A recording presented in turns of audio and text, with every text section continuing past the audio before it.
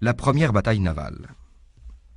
En l'an 31 après l'Hégire, les Arabes participèrent à leur première bataille navale. Constantine, empereur de Byzance, manœuvra audacieusement pour reprendre Alexandrie. Une flotte de 500 navires navigua vers l'Égypte. Les musulmans se tinrent prêts à repousser l'attaque. La flotte de Moavia quitta la Syrie. Abdullah bin Habissar, le gouverneur d'Égypte, avançait aussi avec sa flotte. Les deux se rencontrèrent à mi-chemin, ils naviguèrent ensemble jusqu'à ce que la flotte ennemie fût en vue. Une terrible bataille s'engagea. Ce fut la première expérience de combat sur mer par les Arabes. Ils ne trouvèrent point de difficulté pour montrer leur supériorité. La flotte byzantine fut très touchée. Le reste alla se réfugier en Sicile. La flotte musulmane revint victorieuse. Cela conduisit à la fondation du pouvoir maritime musulman qui devait donner aux Arabes la possession de toutes les mers dans les siècles à venir. C'est seulement au début du XVIe siècle que les Arabes perdirent ce pouvoir. Et avec cela, le déclin du monde arabe commença. En l'an 31 après l'Hégire, Yezdegird, l'ancien roi de l'Iran, fut aussi tué. Il avait perdu son empire, mais pas l'espoir. Il allait de place en place et causa de l'agitation dans les régions frontières. Il fut la cause des plus grandes révoltes en Iran. Son dernier exploit fut une excursion à Sistan. Avec l'aide de quelques chefs du Turkestan, il attaqua Sistan. Il fut complètement vaincu et s'enfuit pour toujours. Errant seul, il chercha refuge dans un moulin. Le meunier ne le connaissait pas, mais fut tenté par ses bijoux et ses riches vêtements. Alors, il tua Yezdegird et jeta son corps dans la rivière. Ainsi finit la carrière errante du dernier empereur d'Iran. Après sa mort, prirent fin les troubles constants d'Iran. La guerre civile. Le califat d'Othman fut marqué par une terrible guerre civile qui conduisit au meurtre du calife lui-même. Othman était un homme au cœur noble et tendre. Souvent, il fermait les yeux sur les fautes des autres. Cela rendait les gouverneurs provinciaux et les autres officiers plus que téméraires. La sévérité d'Omar avait empêché ces officiers d'adopter les coutumes antidémocratiques et les pratiques des cours de l'Iran et de Byzance. Othman n'a pas agi sévèrement comme son prédécesseur Omar, et cela entraîna une agitation dans toutes les capitales provinciales qui s'aggrava jusqu'au point de toucher tout le monde musulman. De plus, Othman était âgé quand il prit le pouvoir. Les gens habiles tirèrent profit de sa faiblesse dans les affaires de l'État. Abdullah bin Saba. Abdullah bin Saba, un juif habile du Yémen, joua un rôle important dans ce drame. Durant le califat de Othman, il vint à Madina et fit montre d'être un pieux musulman. Mais il avait ses propres plans. Il resta à Madina pendant quelques mois afin d'étudier la situation. Il vit que les Banu Haïshim considéraient le califat comme leur droit naturel. Ils pensèrent que c'est Ali qui aurait dû être calife et non Othman. Avec une grande ruse, il se mit à la tâche. Il fit de l'amour de Mohammed et de ses parents son point de départ. En plus de cela, il raconta une histoire habile. Chaque prophète laisse derrière lui un légataire, voisi. Ce dernier doit être un proche parent du prophète. Aaron fut le voisi de Moussa, et de la même manière, Mohammed doit en avoir un pour continuer sa mission. Mohammed étant le dernier des prophètes, donc son voisi, Ali en est le dernier. Étant le voisi, Ali est le seul homme ayant le droit d'être calife. Othman doit donc être renvoyé du califat. Abdullah bin Saba commença à prêcher son point de vue secrètement. Il visita d'importantes villes de l'Empire musulman, et dans chaque ville, il fondit une société secrète. Quand le réseau des sociétés secrètes fut complet, Abdullah bin Saba installa son quartier général en Égypte. Ces sociétés accrurent rapidement leurs forces. Pour cela, ils utilisaient la méthode suivante. Premièrement, leurs membres firent montre d'une très grande piété. Ils donnaient l'impression de tenir compte des souhaits des gens. Deuxièmement, ils inventèrent des plaintes contre Othman et ses officiers. Certaines étaient réelles. Ils disaient aussi des choses qui n'existaient pas. Troisièmement, une campagne régulière commença contre tous les officiers. Ces derniers étaient décrits comme des irréligieux et des incapables. Quatrièmement, des lettres inventées furent envoyées de ville en ville. Elles parlaient d'injustice et d'agitation dans la ville d'origine. Les Sabéens lurent ces lettres à autant de personnes que possible. On les falsifia pour montrer que Ali, Talha, Zubair et d'autres notables compagnons sympathisèrent pleinement avec le mouvement, et cela conduisit le peuple à penser qu'il y avait une grande agitation et que les principaux compagnons voulaient renvoyer le calife. Le plan de Abdullah bin Sabah se déroulait normalement. Abdullah bin Sabah choisit l'Égypte comme centre de réunion. Il fit cela pour de nombreuses raisons. L'Égypte s'étendait au centre de l'Empire. Ham bin al-Has, l'ancien gouverneur d'Égypte, avait été populaire, son successeur Abdullah bin Habisar ne le fut pas autant que lui. Ham bin al-As avait été renvoyé par Othman et cela fournit à Ibn Sabah un terrain prêt pour lever le mécontentement du peuple. Enfin, la campagne de l'Afrique du Nord éloignait le gouverneur de l'Égypte pendant plus d'1 an. Abdullah bin Sabah était ainsi libre de travailler ses plans. En Égypte, ce dernier avait aussi 2 puissants alliés en Mohammed, bin Hudayfa et Mohammed bin Abu Bakr. Les 2 étaient contre Othman. Mohammed bin Hudayfa, orphelin, fut élevé par Othman. Quand il fut adulte, il demanda au calife de le nommer gouverneur de quelques provinces. Othman, qui ne le voyait pas capable pour un poste si haut, refusa. Cela le mit en colère contre le calife. Il vint en Égypte et travailla contre Othman. Mohammed bin Abu Bakr était aussi fâché contre le calife pour des raisons personnelles. Il fut élevé par Ali. Sa mère, la veuve de Abu Bakr, avait marié Ali après la mort du premier calife. Mohammed bin Abu Bakr avait une dette envers un créancier. Il ne put le rembourser à temps. Le créancier déposa une plainte contre lui auprès du calife. Othman était très impartial dans son jugement. Cela l'offensa. Il alla donc en Égypte et se joignit aux ennemis du calife. Abdullah bin Sabah tira profit de ces facteurs. Le commandement central des Sabéens en Égypte envoya d'abord une énorme propagande contre Othman. Des lettres furent répandues dans toutes les villes, racontant les histoires du terrible état du peuple des autres endroits. Les moyens de communication étant difficiles dans ces temps, les gens n'avaient pas le moyen de savoir la vérité à propos de la vie des provinces autres que la leur. Les Sabéens prirent plein avantage de cette situation. Le compagnon. Du temps de Omar, Moawia était le gouverneur de Syrie. Il était très sage et plein de tact. Il savait comment garder la situation en main. Les Sabéens n'eurent donc pas de succès en Syrie. Abu Zar Ghifari, un célèbre compagnon du prophète d'Allah, vivait en Syrie. Il se tenait toujours loin des affaires du monde et de ses richesses.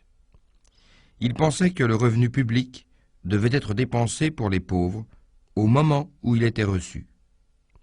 Il était contre celui qui amassait de l'argent dans le trésor public. L'argent public est l'argent du peuple, disait-il. Il doit être dépensé pour le peuple au moment où il entre. Moawia était d'un avis différent. Il pensait que le revenu public devait être gardé dans le trésor pour faire face aux besoins imprévus de l'avenir. Il nommait l'argent public l'argent d'Allah. Il disait que le gouverneur, en tant qu'agent d'Allah, avait un droit de dépenser l'argent public comme il lui semblait bon. Abu Zar pensait autrement. En Syrie, bin Sabah essaya de tirer profit des différences d'opinion entre le gouverneur et Abu Zar. Il alla à Abu Zar et lui dit « Il est étrange que Moawia nomme l'argent public l'argent d'Allah. Il veut dire par là que le peuple n'a rien à dire de la manière de dépenser cet argent. » Abu Zar tomba facilement dans le piège du Sabéen. Il alla droit à Moawia et lui dit « Comment se fait-il que vous appeliez l'argent public l'argent d'Allah ?»« Oh Abu Zar, répondit calmement Moawia, nous sommes tous des serviteurs d'Allah, donc tout notre argent lui appartient. » Cette réponse ne satisfit pas Abu Zar. « Très bien, dit Moawia, à l'avenir, j'appellerai cet argent l'argent public. » Maintenant, Abu Zar souleva un autre point. Il disait que le riche n'avait pas le droit d'amasser des biens. Tout ce qui est au-dessus de leurs besoins immédiats doit être donné aux pauvres. Pour appuyer ce point, il cita ces mots du Coran. Quant à ceux qui thésaurisent l'or et l'argent et ne les dépensent pas dans le chemin d'Allah, annonce-leur un châtiment douloureux. Le jour où brûlera le feu de l'enfer, des marques brûlantes seront sur leur front, leurs flancs et leur dos. On leur dira, voilà ce que vous avez amassé pour vous-même, goûtez maintenant à ce que vous avez amassé. Là encore, Moavia différait de Abu Tzar. Il soutenait que lorsque quelqu'un avait payé la part du pauvre, zakat, de 2,5%, il était libre de s'enrichir. Les opinions de Abu Tzar firent un grand appel aux masses. La grande majorité du peuple était pauvre. Ce dernier voulait partager les biens des riches. L'action de Abu Tzar commença à gagner rapidement du terrain. Moavia raconta cela au calife. Ce dernier demanda à ce que Abu Tzar soit conduit à lui à Madina avec tous les honneurs de son rang. À Madina, Abu Tzar commença le même mouvement. Uthman l'appela et lui dit « Ô Abu Tzar, j'ai obligé le peuple à payer ce qu'il doit à Allah et à son messager. En retour, je leur accorde les droits qu'il a sur moi, mais je ne peux en aucun cas les faire renoncer à ce monde. » « Eh bien, envoyez-moi hors de Madina, dit Abu Tzar. Uthman l'envoya donc dans un petit village loin de Madina. Il lui donna quelques chameaux et aussi 2 serviteurs pour le surveiller. Et pendant le califat de Uthman, l'expansion de l'empire musulman touchait à sa fin. Les hommes qui s'étaient occupés des campagnes militaires commencèrent maintenant à s'intéresser à la politique. Koufa, Bassora, l'Égypte et la Syrie furent des bases militaires importantes. Ces dernières furent le plus souvent dans les mains des hommes qui n'avaient pas été en compagnie du prophète Mohammed. L'esprit ultra-démocratique de l'islam était une chose inconnue d'eux. Dès que la main forte de Omar ne fut plus là, ses officiers revinrent à l'ancienne manière de traiter les gens. Ils essayèrent d'être leurs chefs plutôt que d'être leurs serviteurs, d'obtenir les mêmes conforts et le même luxe que ces vieux gouverneurs de l'Iran et de Byzance. Cela créa un vide entre les gouverneurs et le peuple. Naturellement, les gens qui avaient connu l'égalité sous la période du second calife furent aigris, et ils mirent tout le blâme sur le nouveau calife. Les choses prennent une tournure sérieuse. Conférence à Madina. Le mécontentement et l'agitation augmentaient dans tout l'empire. Leurs effets commencèrent à se faire sentir à Madina. Tous les principaux compagnons pressèrent le calife d'agir. Uthman accepta. Il profita de la venue des gouverneurs pour le Hajj, en l'an 34 de l'Hégire, pour les convoquer. « Quelle est la cause réelle du trouble » demanda le calife. « Ce sont les agissements des personnes qui sèment le désordre, répondirent-ils.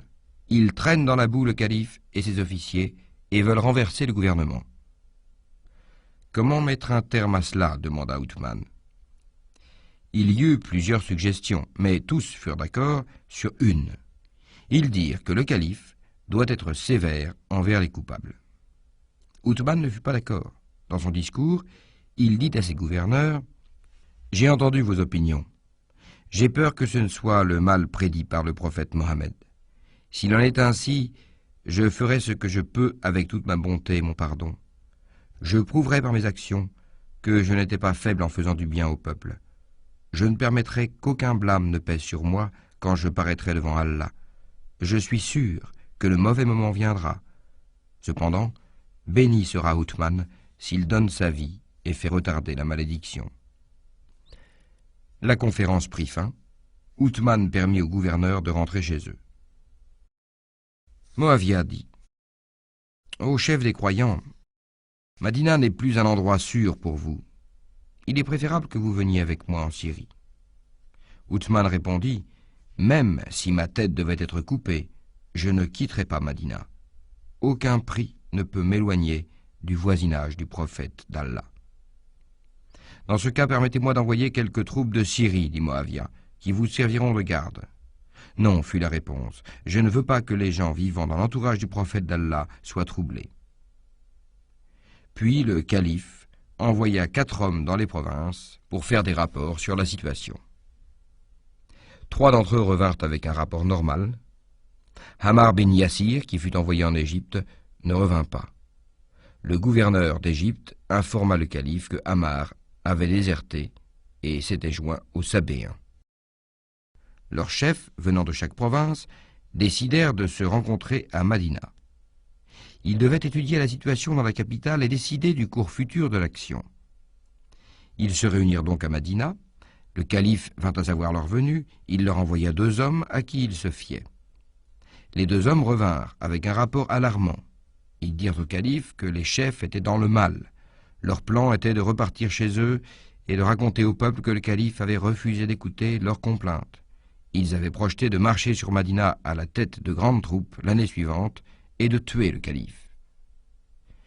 Celui-ci écouta le rapport calmement, mais ne fit rien. Les chefs des révoltés entrèrent ensuite à Madina. Le calife était au courant de leur futur plan. Certaines personnes suggérèrent qu'ils devaient être tous tués. Cela effacerait la source du mal, dirent-elles. Mais le calife répondit « Je ne peux pas tuer un homme sans raison suffisamment légale. Ces gens ont quelques désaccords. J'essaierai d'y remédier. Je serai bon et généreux envers eux et tâcherai de les mener dans le droit chemin. Si la bonté fait défaut au travail, je me rendrai à la volonté d'Allah. » Le calife appela ensuite les chefs des révoltés de Madina et ceux venus des provinces. Il s'adressa à eux. « On dit que j'ai réservé quelques pâturages pour moi. Par Allah, je ne l'ai pas fait. Cela ne se faisait pas non plus auparavant. Dans ces pâturages pèsent des animaux qui sont des biens publics. En outre, ils sont à tout le monde. Seuls ceux qui offrent des présents pour obtenir plus que ce qui leur est dû n'approuvent pas leur utilisation. Quant à mon besoin de ces pâturages, je n'ai pas plus de 2 chameaux. Ils me servent pour la période du Hajj. Vous savez tous qu'avant de devenir calife, personne en Arabie ne possédait plus d'animaux que moi. J'ai envoyé des copies du Coran dans toutes les régions de l'Empire. Certains ont fait objection. Vous savez tous que le Coran est le seul livre envoyé par Allah. Les compagnons qui l'ont écrit, sous les yeux du prophète d'Allah, sont encore en vie. Ce sont eux qui ont rédigé la copie que j'ai fait envoyer partout. On dit que j'ai nommé de jeunes hommes comme officiers. Le fait est que ce n'est pas l'âge, mais l'habileté et le caractère qui ont guidé mon choix. Vous ne pouvez pas renier l'habileté et l'honnêteté de mes officiers. Le jeune âge n'est pas une disqualification. Le prophète d'Allah donna à Oussama le commandement d'une armée, bien qu'il fût plus jeune que tous les hommes que j'ai nommés. On dit que j'ai donné au gouverneur d'Égypte tout le butin du nord de l'Afrique comme récompense. La vérité est que je lui ai donné seulement le 5e du 5e de la part de l'État. Il y a eu des exemples de telles récompenses avant moi. En tout cas, quand j'ai su que le peuple avait objecté à cela, j'ai repris l'argent au gouverneur. On dit que j'aime mes parents et les couvre de récompenses. Ce n'est pas un péché que d'aimer ses parents, mais cet amour ne m'a jamais rendu injuste envers le peuple. Comme pour les récompenses, je n'ai jamais donné à mes parents quelque chose du fonds public, à part ce qui leur est dû. Mais je leur ai offert ce qui m'appartenait. J'ai dépensé pour eux avant que je devienne calife. Maintenant que je suis vieux et n'espère plus vivre longtemps, je ne souhaite pas garder quelque chose pour moi. Je ne pense pas qu'il est juste de dépenser l'argent public pour ses parents. En fait, je n'obtiens rien en plus du revenu pour mes propres dépenses. Le revenu de chaque province est dépensé pour son peuple. Le trésor public à Madina ne reçoit que le 5e de la part du butin.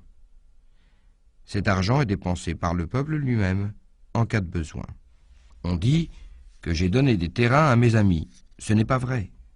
Beaucoup de personnes de Madina sont parties avec des armées conquérantes. Quelques-unes d'entre elles se sont établies sur les terres conquises. D'autres sont revenues à Madina. Tout ce que j'ai fait, c'est de vendre leurs terres dans les parties lointaines de l'Empire et de leur en donner le prix. Le calife demanda aux chefs si ces faits étaient vrais. Tous répondirent affirmativement.